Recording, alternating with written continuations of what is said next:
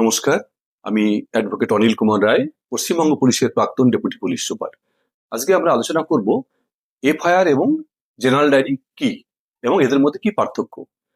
General diary এটা একটা বৃহত্তর বিষয়।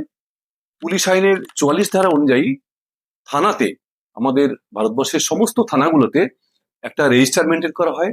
তাতে সমস্ত রকমের ইনফরমেশন, সমস্ত রকমের অকারেন্স, থানাতে যা যা ঘটনা ঘটে, পুলিশ বাইরে যখন কোনো ডিউটিতে যায়, পুলিশ রেড করতে যায়, ফিরে আসে, আসামি ধরে নিয়ে আসে, এবং মানুষ যত রকমের ইনফরমেশন থানায় জানানোর দরকার পড়ে, সেটা কোনো এফআইআর করবার বিষয় হতে পারে বা কোনো হারানো, ধরুন কোনো একটা ডকুমেন্ট হারিয়েছে, রেশন কার্ড হারিয়েছে, প্রত্যেকটা বিষয় কিন্তু থানাতে যেটা জানানো হয় এটা জেনারেল ডায়েরিতে এন্ট্রি হয়।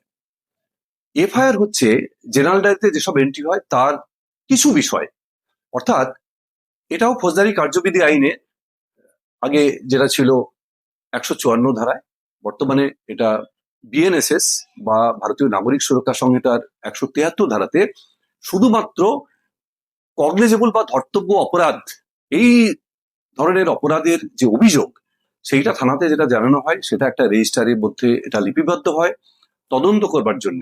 এটা এই ধরনের অপরাধ থানায় যাওয়ার সঙ্গে সঙ্গে ওসি একটা কেস রেজিস্টার করে, এটাকে বলা হয় এফআইআর।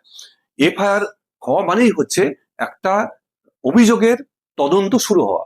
সেটা ওসি নিজে বা অন্য কোনো অফিসার এরা তদন্ত করতে পারেন, এবং তদন্ত করাকালীন যদি ঘটনার সত্যতা পাওয়া যায় তাহলে যাদের বিরুদ্ধে অভিযোগ বা যারা এই অপরাধ করেছে বলে মনে করা হচ্ছে তাদের বিরুদ্ধে সাক্ষ্য প্রমাণ সংগ্রহ করা হয় এবং অবশেষে তদন্ত শেষ করে কোর্টে চার্জশিট দাখিল করা হয়।